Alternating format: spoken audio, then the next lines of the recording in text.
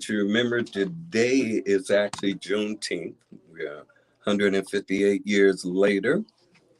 And while we're sitting here, we're talking about the flag for Juneteenth. The red, black, and green is actually a Pan American flag, um, but the actual Juneteenth flag is a blue and red with a big white star in the middle with a little wave around it. And I raise that because I want people to understand. So if you ever get questioned by anybody, why you got that flag, know what you're waving and why you're waving. And they both good, but I just wanted to put that little tidbit out there. And again, glad you joined us. As you know, me and my co-host Austin Martin will be interviewing the candidate for the City Council for the Ellicott District, Cedric Holloway. Let me correct that. The endorsed challenger candidate Yes, sir. of the Ellicott District will be in studio today. Already's here. And we're going to have a good conversation. You'll be able to join us. You know what to do. Call 716-837-1112. Let's stay on topic. We want to give Cedric as much time as he needs to lay out things that he wants to put out there. You should call in if you got questions. I know there's some action going on in the Ellicott District that was in the papers today. Talking about in the fruit belt and in the land trust and how it was originally developed to keep rents down and make rent affordable and housing affordable to folks who are living there. And now we hear they're about to double the rent. And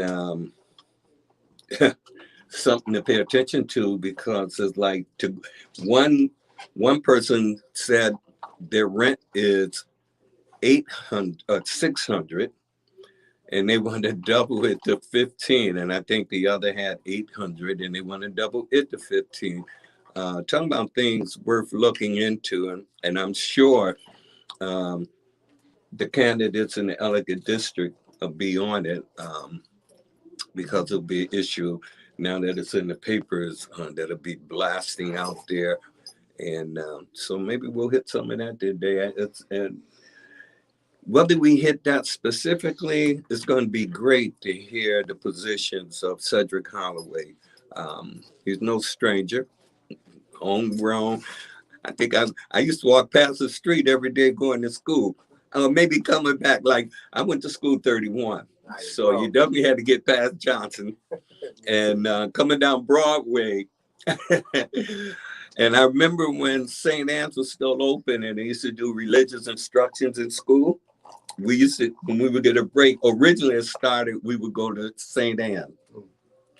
And then later start getting early breaks from school and was going to Westminster. And in case y'all don't know it, Westminster has a great footprint in the community. And I mean, that little place was fabulous. It had a gym in the attic. It had a bowling alley. Y'all hear, we're about to go in. I'm going to be quiet and wait for the signal. Nationally, it's Conversation with Jim Anderson. And now, your host, Jim Anderson. Turn off the TV to avoid the news. Hey, Buffalo and Western New York and points beyond. I'm here, and I'm here with my co-host, Austin Martin. And Austin, you can do the intro. Do the rest of the intro. Okay. Oh, sorry, a little bit of interference feedback. But good morning, Buffalo. It's great to be here. I want to say happy Juneteenth. We have a great interview today in the studio here with a guest running for city council in the Ellicott District. We have Mr. Cedric Holloway. I'm not going to speak too long. I'll let you introduce yourself because I know you can do it the best. But how are you doing today? It's great to have you here. I'm doing wonderful today. It's good to be here, especially on Juneteenth, the official Juneteenth. Dig it. Indeed. Thanks for having me. For sure. So I want to give you as much time to get into your position as possible. So I want to give you a little analogy real quick. When you first go to the gym, right, you don't start with a muscle up. You start with the basics, the push up. And I saw in your policy, in your position, something you talk about, a point is starting with the basics. What are some basics that some people in Buffalo, people in the Ellicott district that might not even know they deserve them? What are some of these basics you're talking about, and how do these play into your position and what you want to do in the city? So I already mentioned, as you mentioned, you saw it in my profile. I want to better the basics. I go door to door in my campaign. I speak with folks to get their support, and their complaints are universal. They want to improve conditions of their sidewalks. They want to improve potholes. Big conversations were had regarding snow removal, and I suffered that issue as well with the snow removal. I live in my district. I've been living in my district my entire life, born and raised in my district, and I suffer these same issues that these people I talk to day to day, and I had to tell them that I sympathize with them with regards to that.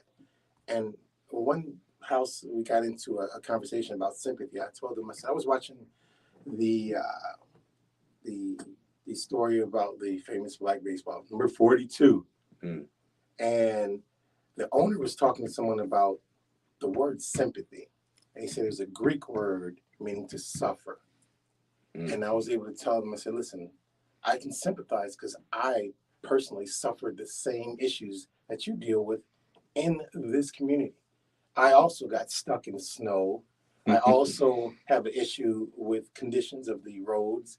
I also have conditions or issues with the trash removal as well.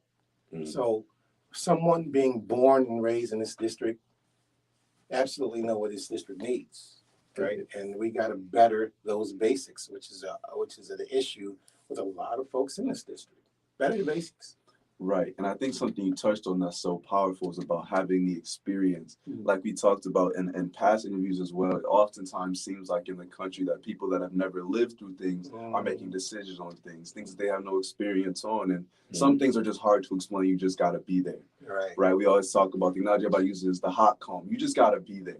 You just got to be there. You got to feel it once. Feel the heat on your neck once or twice. And see that scar on your neck, man. What happened? Oh, I already know what happened. Right. It just has to happen a couple of times for you to truly understand everything that goes along with that title and those labels. So I want to give 37 years. 37 years I've been dealing with my community and in service, right? 33 years as an officer, and then my continued service to the community, serving as a director of the Johnny B. Wiley Sports Pavilion, which is named after my father. That's big time important. We do so many things community oriented at the facility. So 37 years in this district, that's longer than some of my opponents have been alive. Yeah, 37 years is a lot of time. And part of that time, as many know, and if you don't know, was as a police officer. That's correct. And right now, in this moment, the whole subject around police relations is a very delicate one that needs to be balanced out. I don't know. And since you've been on the campaign trail, have many people mentioned any or talked to you about it, or do you have any thoughts as we go forth trying to, well, I don't want to say right the ship in people's attitude and as on both sides? Right. Understood. Yeah. So we can go back. Remember the incident on Grape Street where the grandmother and the grandchild were killed in a shootout. Immediately after that, I started the first night out at Johnny B. Wiley Sports Pavilion, and that's why I was still as an officer. My intention and the intention of First Night Out is to bring the community and the police together, and that's what I did. It was the largest national night out in the city, and it continued to be so because we needed the public to see the police not as a threat, which oftentimes they are. So it was great that we had the district attorney come out, we had the commissioners come out, we had all kinds of fire folks come out, we had trucks and police in the field throwing frisbees with the public. Like, catching football. We had the Buffalo Bills come with their Play 60 equipment. It was great, and it was the intent bring the public and the police together, because that's a big problem. And then, as you said, there's a big mistrust Yeah. with the police and the public. And And, I've been doing my mentoring program for 20 plus years. And one thing that does come out of it is that they say that I'm just an ordinary person, just a regular human being, approachable. mm-hmm. And I look like them. Yeah. And that was important. I think you and I did something years back when we took Listen, I was kids. just about to mention, we go back to the MLK educational tour, Right. where that's where I first met Cedric. He was still on the job, but Right. this again, it points to the kind of service he has been rendering to the community and his focus on young people. I bear witness to that. He's no slacking on that. And people today that were part of the group, young folks, remember when I say, "Oh yeah, I was part of when y'all were doing the MLK tour," and what it was gathering young people and shout out to Faustenia and preparing them for college visits. And that whole tour, I mean, it was an exciting moment. It was one of the early moments of organizing around education. Oh, absolutely.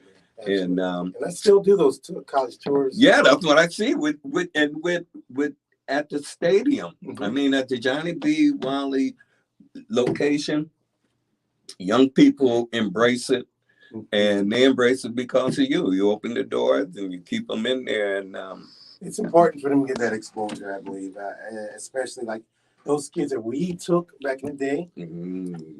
Success stories. Daisha and Kenneth Clark. Daisha is part of the Wilson Foundation, I believe. Wow. Kenny Clark is a fireman. We had Jermaine, who was a police officer. These are inner city kids that were exposed to something different. Yeah. Right? And then when they got exposed, they're like, oh, I can do that. I can do that. Indeed. And it's great. It's great. I just want to say, our listeners, phone lines are open. Area code 716-837-1112. And we're continuing on. Austin, I know we ping-ponging back and forth, and anything that comes to mind that you want to lay out there, do so. And we want to have Cedric talk about some of the things that, in case we don't bring it out, you bring it out. So you have plenty of time. Wonderful. Yeah. Well, my focus is to bring back the basics to our city and get some equity with regards to development. That's one of the issues that I deal with as well, door to door, talking to the people. They are feeling, as my kids, they're feeling some type of way about the lack of development in their neighborhood. Like, areas such as Larkinville get a lot of attention. It looks like another city over there. Downtown development that goes on there. But we still have in our district fields that look like farmland in the inner city. They tear down, but they don't build up. We need some incentive from these contractors, these builders, these developers that are getting incentives elsewhere to receive some incentives in the neighborhood and build some affordable housing on these lots, these vacant lots that we have, which are several, as you know. So, and not just about rental, we need homeowners in our district, which creates generational wealth. So, that's one of my things that I need to address, and hopefully when I get there, that's one of the I'm going to beeline towards, because we have the ability, we have this thing set up already, but it's set up for someone else's district, right? And we need to have fair and equitable development throughout the whole district, entire district. And everyone's needs are different. Ellicott, I think, is probably one of the most diverse districts in the city. We covered from Elmwood Village, we've got the Perrys, we've got Genesee and Dote. It's quite diverse. So everyone's issues are different, One issue is like the Genesee area is safety and development, also another farmland area, right? But Elmwood Village's issue is that they don't want to look like a strip mall. They want to keep it villagey. Like overdevelopment is an issue. Go figure. Any thoughts about your generation?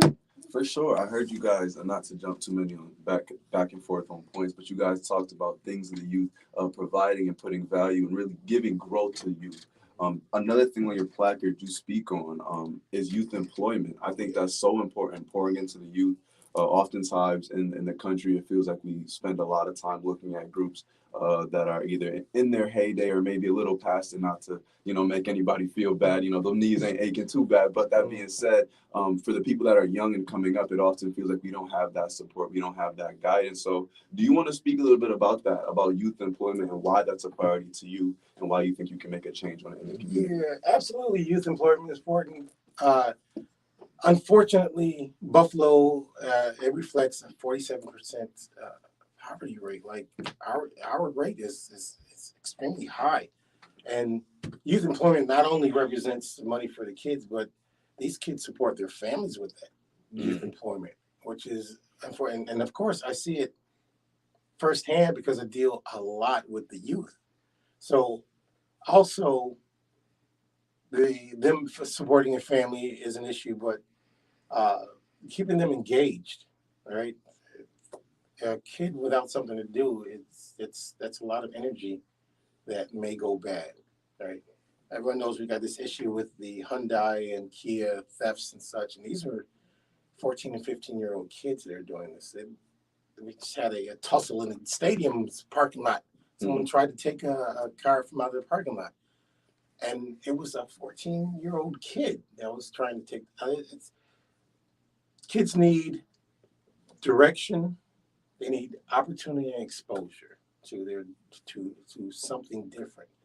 The reason I love taking the kids to these colleges and HBCUs in particular, because my HBCU is Howard University, and we always take a trip to Howard whenever we go. So this year, we went and we visited the Black Museum, and then we went down to North Carolina A&T. Instantly, kids are like, "Oh, I can do this. I want to go to NCA&T. I want to go to Howard University." Exposure to the opportunity. We also visited Duke University, and shout out to Nick Arion, another kid from the program who is now a professor at Duke University. Oh, gee. Exposure and opportunity. That's what's big, right? So it's good for our kids that look like me to see folks in college that look like them, right? And then realizing that they can do it. You know how many folks are now, okay, I want to apply. As you were speaking, what came to mind, there is an organization, a national organization, 100 Black Men. And their motto is, they will be what they see. And creating and having the models in our community that as they grow, they can see something positive and worthy to strive towards versus seeing some of the stuff we see now. And part of it, those empty lots you mentioned. When we grew up, when we were growing up, there was no spacing like that. You could not walk down the street and not find a home. I mean, that's how beautiful it was. And so all of these lots now is like horrible. It is. And something needs to happen. And it's good to hear you talking about getting on it. I agree. I spoke with someone from real estate from the city of Buffalo, and there are restrictions on these lots. Like the neighbors can buy, if the lot's next to your house, you can buy it. But the option for the house on the other side of the lot is also open. So they would literally split the lot. I think that's good and problematic as well. Like again, we're not building up in our neighborhood, right? That's one problem with it. But one good thing about it is that we actually put it on tax rolls, and there's someone who's tending to it and taking care of it.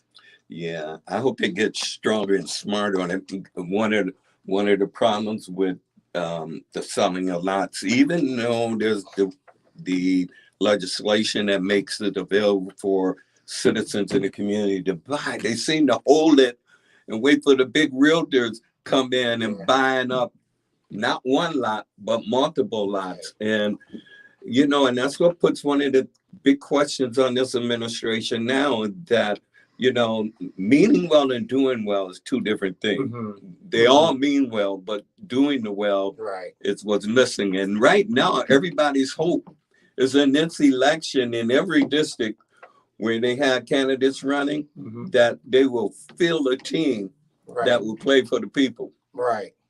See, that's one of the problems. I'm not a part of a crew or a machine. I'm a part of my people, and I love the fact that the Challenger has endorsed me, recognizing that. I've been a Challenger. I wasn't a Challenger a lot, not for other things. Yeah, for other things, which is great, which shows my commitment to my community. And then there's folks who say, okay, I'm about the community. Where you been? Where you been? If you're about this community, where you been? I've been out there handing out groceries, delivering groceries, doing workshops, health screenings, things of that nature. We got a backpack giveaway coming up. We gave away 2,000 backpacks last year at the stadium within 2 hours, which shows our need. And that location represents not only African Americans, but an international community as well. So new Americans are there as well. And we all have the same needs, right? So I think a lot of the focus needs to be focused on, especially that Jefferson Avenue corridor.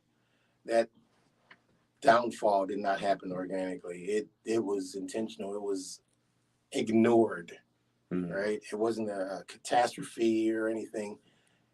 It was ignored. And now the government, federal, state, they're promising tens of millions of dollars to come and help us out, right? We need to make sure that those monies that they're promising are put in the right area. I think Jefferson is overdue. I remember Jefferson. I remember going to see Black Belt Jones at the Apollo when I was younger, right? And there, next to the Apollo Theater was a Florsheim shoe store that we used to shop at, right?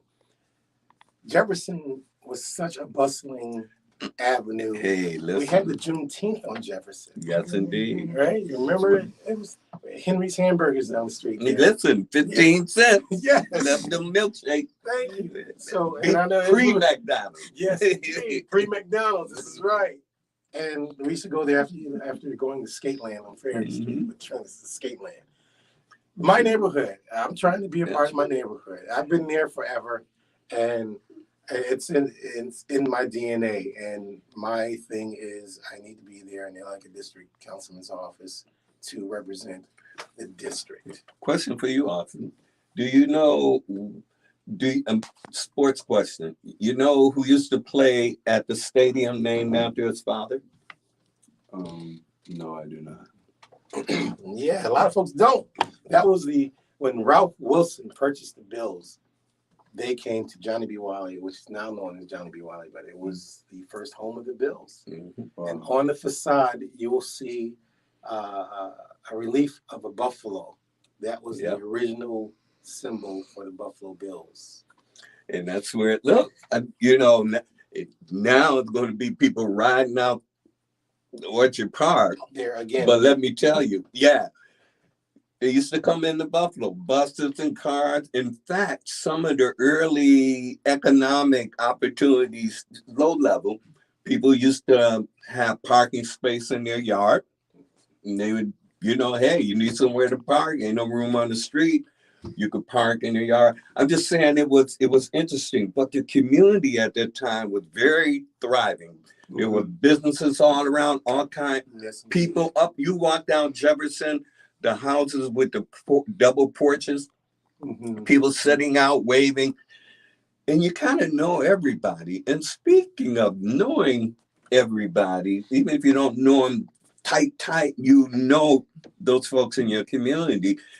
As you run for election, you know, all the with the electors and those running, they know each other. And one of the challenges is that sometimes unhealthy friendships can get developed. Right. And stop people from acting because, that's my friend. And you know a lot of people. And there are some people expecting you to come in and just toe the line. The present line people don't want. It needs a change.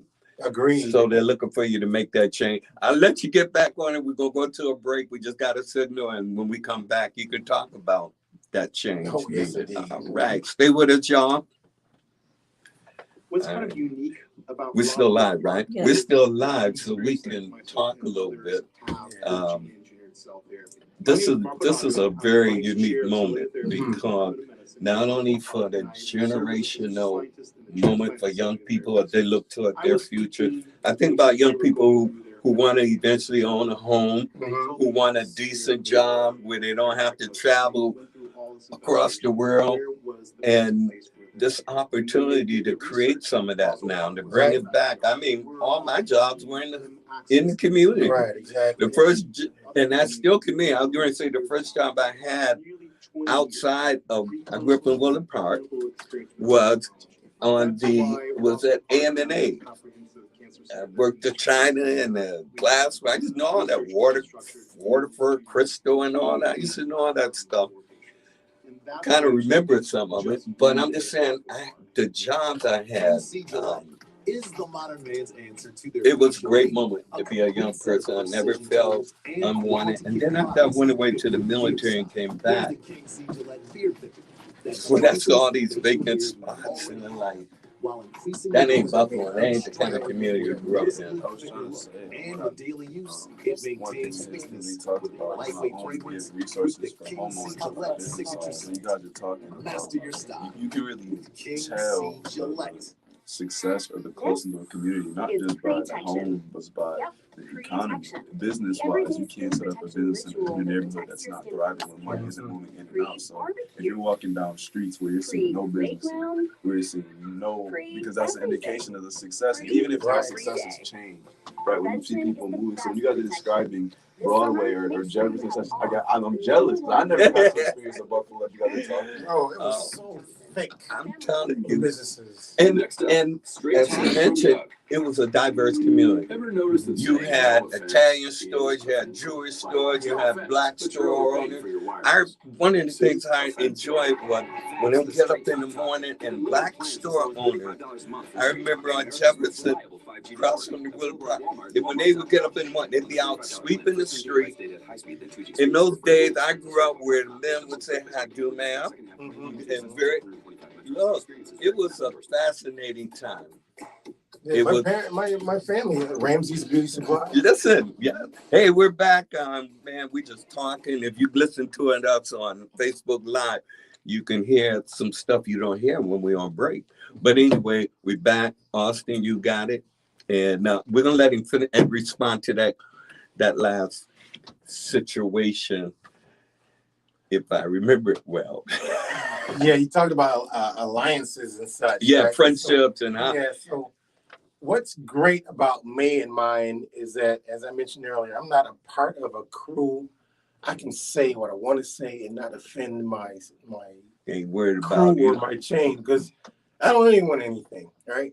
I don't owe a party anything. I don't owe an engine anything, right? So I'm gonna get it, and I'm gonna shoot it from the hip. And Ellicott is not perfect. Nothing is perfect. Ellicott isn't perfect. It needs some help. Our entire city needs help. And what I'm in particular, what I can affect, Ellicott District, you need an independent individual in there. Absolutely. And I represent that. All right. You got a call. Caller, you're on the air. Welcome. Blessings up, family. My question for the brother, first of all, I want to say I was very glad to hear that he was running, that he decided to put his hat into the ring. I was very, very glad to hear that. Excited at that. My question for him is he in favor of returning to common sense councilmatic districts where people understood what district they lived in?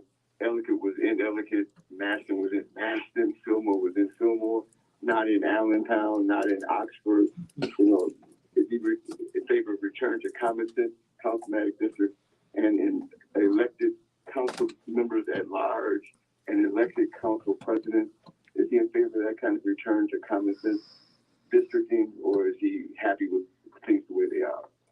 So it's weird that, and when I look at the district and when I go door to door, people are like, "No, I'm not in Ellicott District. I'm in Niagara District." I'm like, "Well, I'm here to inform you that the districts have changed. So supposedly the districts change because of population increases and decreases, and they want to give everyone an equal shot.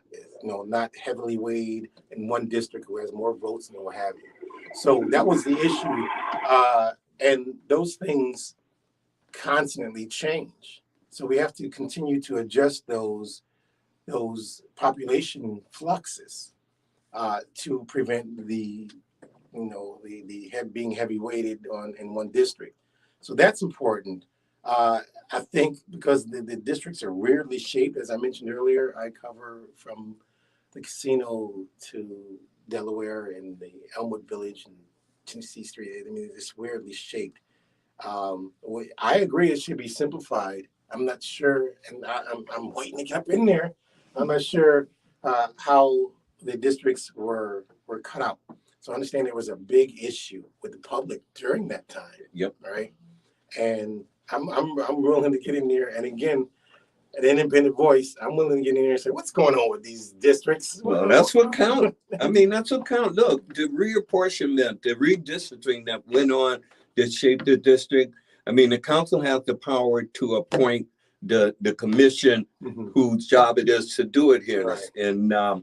And one of the problems is that, as you've seen in courts around the country, maps being drawn by those who do it are so unfairly drawn that some of them get knocked out. Right. It slid through in Buffalo and questionably, but it wasn't without challenge. Right. And that call and raising that and hearing your response, I think that's what every person that is going into the council should call for an open discussion and opportunity for people to talk about that. Because your district now is like traveling. You might as well go to Texas. I mean, running around the country. It's weird. And as a caller mentioned, I believe Fillmore District has got part of Allentown. Yeah, I mean, look at the issue we started talking about when we were talking about the Fruit Belt land trust. Right. Used to be Maston. Right. Now Ellicott. And so, and people don't know, and listeners and everybody, this is why it's important to be civically engaged and pay attention. That's your responsibility, really, because even if a council person calls it out to you, if you ain't on it, you don't know what action to take and where to show up. You should have been at these redistricting hearings, and you should have been at the protesters against them. Anyway, I'm not scolding. I'm good. I'm shutting up because I got Austin here, and he got plenty. He can roll with, and therefore. For sure. I think what you talked about, being an independent voice, being an independent thinker in the government, openness and authenticity are two things that are really missing from our government sector and our government spheres. Another thing you touch on in your platform, you talk about transparent city spending, right? We always talk about how monies go missing in Buffalo, right? Money comes in and then nothing gets built. Right. So can you talk more about some of the issues that we currently have regarding spending reporting and how we can better keep our politicians accountable, not only with their actions, but with our wallets? Right. So as Brother Anderson mentioned, we need to make sure that we're there, seeing what happens, knowing what happens, right? Because all of this should be open and transparent. That's one of my things that I mentioned. This has got to be open and transparent and this clear spending throughout the district. It's your money, folks, that they're utilizing for whatever it is that's going on. Shouldn't you have to say so? You should. I just dealt with the ARP funding for Johnny B. Wiley, right? They're getting $23 million to fix up the facility. Facade, new track for the kids, new football field for the kids. They want to build a basketball court, an indoor court. And we've got 4 good ones. And they want to build another one indoor. I'm like, why not build an ice hockey rink like everyone else has, that Black Rock has, that North Buffalo has, that downtown has 2. And I spoke to this earlier, opportunity and exposure, we don't, and when I say we, African Americans don't have exposure to ice hockey therefore not being able to play it in college, not being able to play it in the pros. Can we get an ice hockey rink over there, like everyone else has? Ooh. So participation, the powers that be said, "Oh, it's going to be expensive." Or, come on, first of all, we're not paying for any of it at all. Right. It doesn't come from ARB funds. All right. I'm meeting with someone from the Bills Foundation next week to see how we can make that happen on the east side. Right. Because we need the same opportunities that everyone else has, especially with ice hockey. And we get a hold of ice hockey, brother. Listen, I mean, here we got a hockey team. I've seen everybody with their favorite shirt running around. Do you know, back in the day, those things you speak to at the stadium, the Johnny B. Wiley Stadium, we used to have Olympic level swimming pool. We had a big wading pool, and then we had the bigger pool that had 6 diving boards, 2 low ones, a middle one, and 2 high ones. Yeah. And I mean, you think about the opportunity not only to engage in swimming, but to learn at that level. So when you're seeing these sports programs that show these high-level diving, we got people in the community who would like to pursue that. You talk about ice hockey. Growing up in Willard Park, we got Willard Park there, the park there. Right. They had a wading pool, but they had a big sand lot. And in the wintertime, they turned it into an ice skating rink. And they used to come down, and my first pair of skates were hockey skates. I didn't know nothing about hockey, but in hearing you say that, I mean, that's an opportunity for somebody who would like to pursue that course. I'm tell you the truth. When I'm watching hockey games, I'm looking for how many people of color in there, and I don't want them all to be from Canada. Right. I'm just saying. There's a question from Dr. Doyle. She says she can't get through. Her question is, are you aware of the redevelopment of the old St. Anne Church on Emsley and Broadway? And what's planned for it? I'm a longtime resident of the Ellicott district. I had my home built on Emsley Street. I'm also the former president of the Emsley Street Block Club, Dr. Eva Doyle. Yeah, I'm not 100% sure on what's happening with that facility. And again, as I mentioned before, there should be some clear understanding of the residents in that neighborhood, exactly what's going on. And your common council person should tell you, because everyone needs to submit plans, submit what exactly is going to happen, what's in that neighborhood. And especially if you live in that neighborhood and you don't know what's happening, that's not your job. That's the council person's job to make sure that their people are notified and informed. All right. You should be informed. This isn't a question that should be posed here. You live in that neighborhood. You should be informed already. Someone should have told you, look, this is what's happening in your neighborhood. All right. I have a question on that. Information seems to be a big issue, right? We have things happening and then things fall through, or things are in the works, or things are in the ideas. Is the lack of information on the political side an issue on the government side or on the people's side, or both? And how do we begin to fix that? Because like you talk about, we have a community of people who all want to make a change, but we have to be on the same accord to really make changes. Absolutely. So is there a way to improve the way that we hear about news, right? A lot of people may not even know there's elections coming up. And why are we struggling to hear these things until it's too late? Exactly. I think it's both. I think we as a people need to be more invested in our neighborhood and our community and know exactly what's going on. You have to press to get that information also.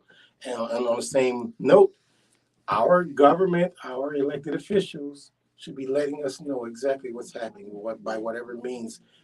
I go to some houses and say, I don't do internet. I'm not much on the computer. So can we send someone? Can we have someone call? Our folks need to be informed. And a lot of them are missing it because they don't do internet. Like we're doing Facebook Live right now. A lot of people don't even do Facebook, but they need to know what's happening. So how do we do that? Man, it's just so important for you to say that, because I'm telling you, a lot of candidates, and I'm talking about sitting, I ain't talking about candidates, a lot of people sitting in office now don't make that a priority. Yeah, I agree. And what you raise is the kind of hunger, and what Dr. Dawn in her question raised is the kind of hunger we should raise, but we got to add to it. Any council person is not Superman or Superwoman. True. They can be super in their work as long as they have the support of those who elect them. We have a history in this community of electing people and think they're on automatic pilot, and we leave them out there. And if they get surrounded and captured by those who love, well, I know you represent your community, but come over here. We're going, we'll talk about it later, who pull them away from the concerns of the community. What I hear here, I hear Cedric calling out to the community that not only to vote for him, but go with him all the way and raise his concern. Indeed. And what I hear in you is the kind of stuff that I think is in many in your generation, because y'all ain't blind, you ain't asleep, you're definitely woke, and you're looking to be a participant. And this is why I say this is a crucial moment in the history of Buffalo in the council election, because that's where the funds really get kind of decided and moved into different parts of the community. It also means working with the rest of the council members, because people remember, one council person cannot just go in and flip it. True. And I'm going to shut up, but I want to thank you for showing up at the League of Women's Voter and Push Buffalo Candidates Night. Okay. Many candidates sitting and some running ducked it. Right. I think, I'm not going to guess why they did it. I don't think there's a legitimate excuse, because they had notification early. Right. But to show up is a sign. Now, that's the kind of candidate that I can trust. And I mean, the other reality is, in all our districts where we have candidates, we have viable people. That's the other thing that the community has to grow to understand. We don't just have one, we have a community of many who are viable and have good plans. And the burden is on the people to hear, understand, and then vote for those who represent their interests. And I just love hearing candidates say, hey, look, I want y'all to tell me what you want, and who are honest enough to say they don't know everything. This is a great moment. I hope people don't sleep on it. Indeed. And like you talked about, people that are voting for their interests, it's clear that you are the interest of a lot of people. Not only challenger induced, but people all over Buffalo, like the caller that I mentioned. So I would be amiss, I always talk about it, to not give you the chance to tell people now how we can support you all the way through to this race. If we want you there, if we want to see you on city council making a difference, what date should we know? What website should we know? What numbers should we know, so we can get in touch and get involved and make sure that you are there and make a change? So June 27th is primary day, but there is early voting going on right now. So you can vote right now. You'll find your polling place through the county elections website. And as I mentioned, June 27th is primary day, all right? So folks, get out and vote. Absolutely get out and vote. Express your interests. Make your own decisions. Like the poem says, you are the master of your faith, captain of your soul. So we need folks to get out. My name is Cedric Holloway, born, raised in this district, Ellicott district, Johnson Street, attended 31, right? Like you did. Yeah, listen, I mean, and you come from a big family. Big family, family. Anybody know anything about a good old fish market from back in the day, then you know where to be at Madison and William. Yeah. And I'm just saying, your family line has footprint. You have footprints. So it's in my DNA. Hey, listen, and this is a moment, I mean, I think it's huge when a candidate, like I say, makes the community know that, hey, it's a we thing. Right. It's not just you. And it's not a career job. It ain't something, well, like you got to be elected every year. You elect you on your merits. Right. You're running on your merits. That's right. Hey, we got a contender, y'all. On my merits.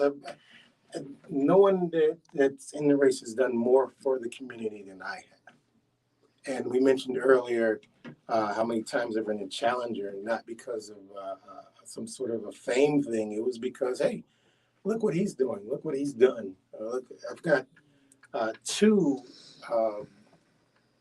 days named after me in the city of Cedric Holloway days. Like, not a lot of folks know that.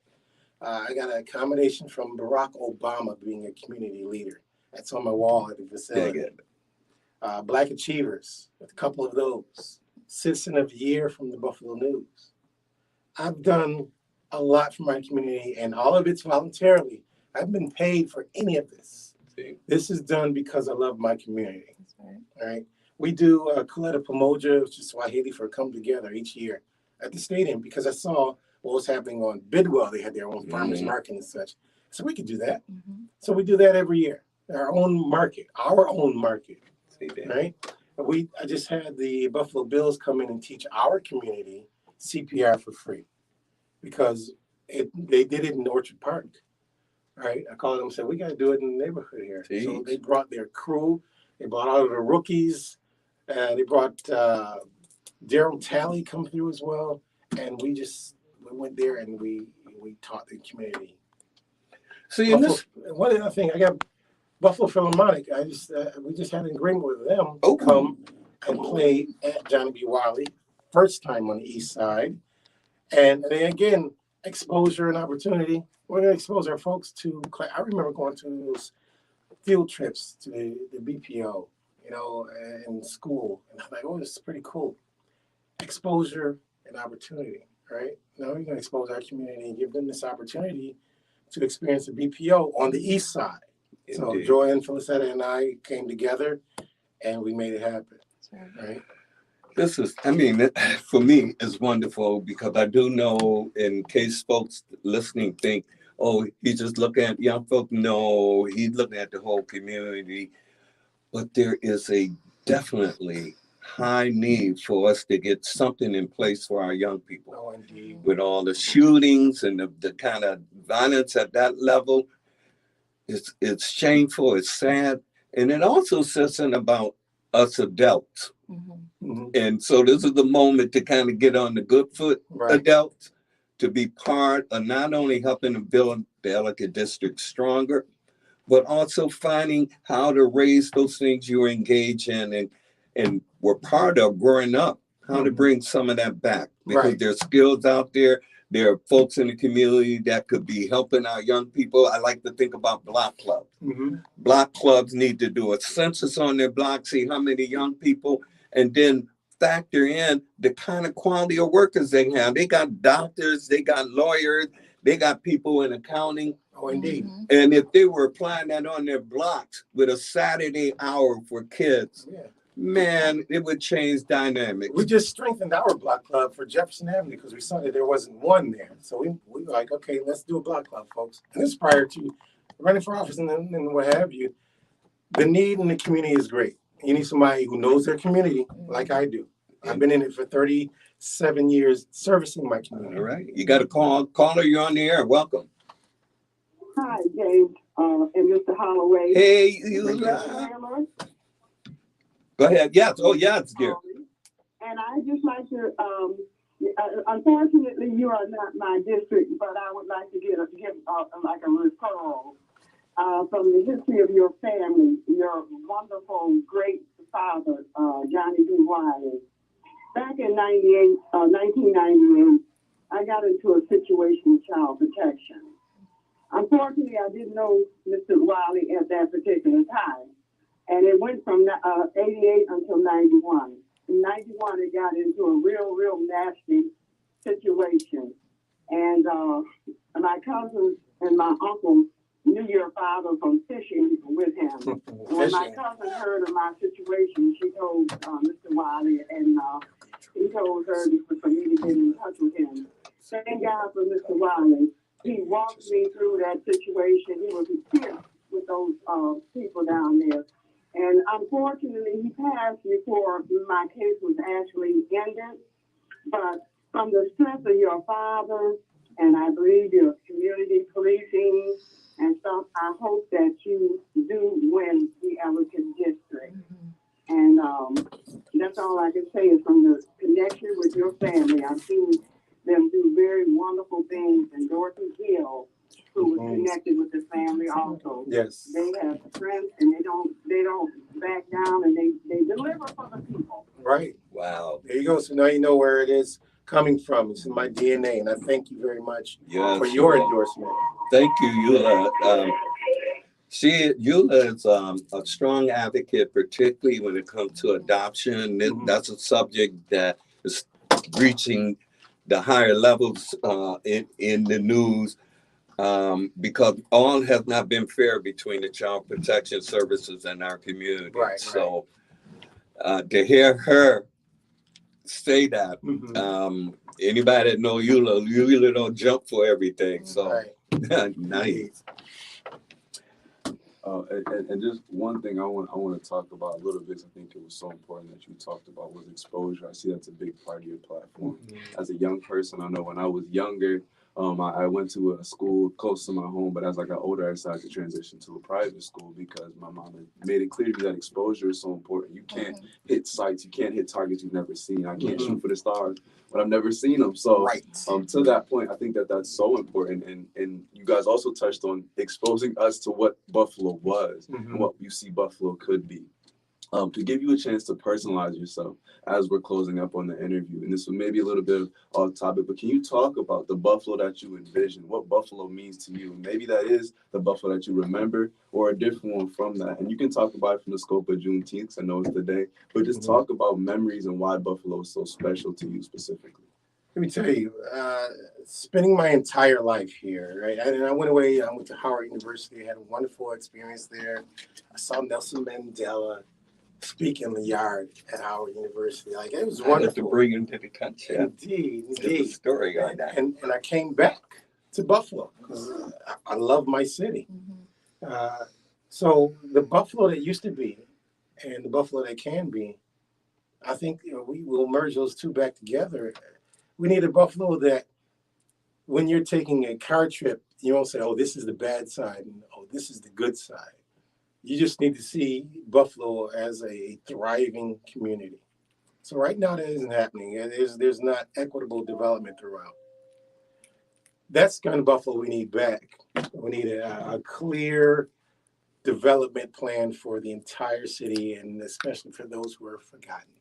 When folks came to Jefferson Avenue for 514, they saw a closed Tops and several vacant lots around it.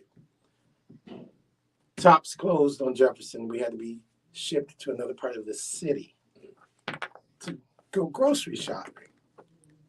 That wouldn't have happened on Elmwood. When Elmwood Tops would have went down, we had to go across the street to Aldi's or around the corner to Wegmans.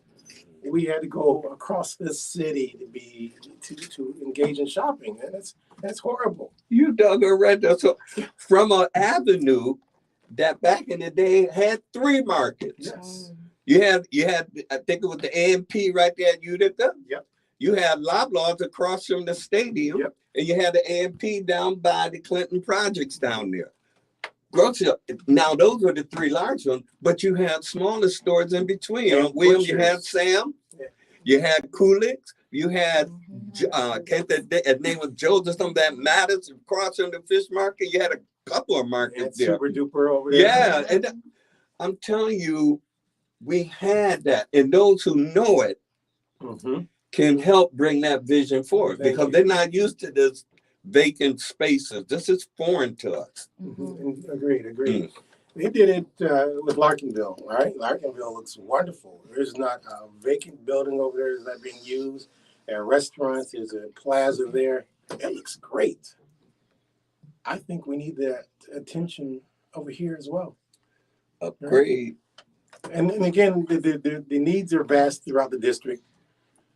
Elmwood Village is concerned about being too developed, right? They don't want it to look like a strip mall, right? So, but you need somebody who knows their city. And I know my city because I've been in it forever, worked in it forever. So I want folks to make sure that they go to the polls. I got the ideas, I got the plans, I got the energy. We're gonna make this happen, right? Go to hollowayforellicott.com. folks want to volunteer or get a sign in your yard or help out with the crew, that's cool. Holloway for Ellicott.com. I'm out here in these streets, as my kids say, and I'm absolutely connected with my city and my community. And again, it shows I've been here and haven't left, right? And raised here, born here, and own a house here as well, where I raised my family. They can meet you tonight. I was about to say, I think I can do even one better than if we want to get in contact. I think I have a flyer here today for a meet and greet today. If you want to meet Mr. Yes, Holloway, you can come and meet, and you can speak about it too from 7 to 9 at Coco Bar and Bistro on 888 Main Street, Buffalo, New York, 14202. You can come meet the candidate and hear the platform, hear the passion. It's been nice to hear not only just the knowledge, but the excitement. It's good to see when you have someone in power that their heart space is in alignment with their mind space. And I think that if you come to the meet and greet today, you'll be able to feel that. And it's a minority-owned bar, and it's great because it's a French restaurant. And you can buy a ticket at Holloway for Ellicott. Yeah, you can go on Holloway for Ellicott.com, get a ticket, or as my kids say, pop up. And we'll be there, and again, it's a French restaurant. I love it because while at Howard University, I learned the French language from folks who are from Haiti, right, and Africa. Yeah, man. Like that's the French we learned, and it was great. That's why I love taking my kids to these colleges, right? It's wonderful for them to get this experience, like the experience I had. So, indeed, we'll be there tonight. Holloway for Ellicott.com. Also, please go to that site, help out. If you are not in Ellicott District, you know somebody who lives in Ellicott District. And so you call that person, you say, listen, vote for that Cedric Holloway kid because his heart is in the community. And that's where I got a lot of folks said, oh, I'm glad you're running because I know your heart. Not part of the machine, not part of a clique. I don't have this master plan of domination. I want to serve my people in my district. I got to tell you, I've loved this conversation this morning. I particularly love the exchanges as you, Austin, raise your thoughts because I think that's so unique. Not knowing what was here and hearing a little bit about was and hearing a candidate talk about moving in a direction and make it enhancing for all. And just watching you. And then the other thing that I think is so appropriate today on Juneteenth is that here's the generation that is not only oncoming, that is here and now. And you engaging. I mean, look, I've been blessed to find a co-host that man, I'm bragging about him. No made up story, just the facts. And it also makes me think about the kind of young people that you will be working with, bringing that kind of that radiation out. So for me, this has been a beautiful morning. And Mama, I think he's doing Mama Martin rocks too. Listen, I mean, that they will be what they see. Hopefully they see it in the home first. Yes. And even while they're seeing it, see it also in the rest of the community. Absolutely. For sure. Well, it's been a pleasure today just hear and hear about your position, hear you break that down and why Buffalo is so special. Hearing you guys talk about the Buffalo that was, and hopefully when you get elected, the Buffalo that will be, it'll be exciting to finally get a chance to be a part of the city of good neighbors and really get to experience that, not from stories, but through my own sight. So it's been a pleasure today. It's been my pleasure, brother. Leave the listeners with any key message you want to leave the audience with. Again, early voting has started, folks. We need, and it's important, especially sitting here on Juneteenth, talking about us voting. Remember how hard it was back in the day for us to vote. And so it's early voting is going on right now, folks. If you need a ride to the polls, you can call 716-367-9419. We can give you a ride to the polls. But as long as you get to the polls, whatever district you're in, get to the polls, make your vote count. We are absolutely a part of this community, and we choose. Like I say, we're the masters of our faith, captains of our soul. What a good way to celebrate Juneteenth. Go and vote early. Let that be your marker. Let that be your marker. 158th anniversary. Have a great day, y'all. We out of here. Thank you, Cedric and team. And Austin, you awesome. Great job, Austin. Great job. I'm That was just, awesome. man, I can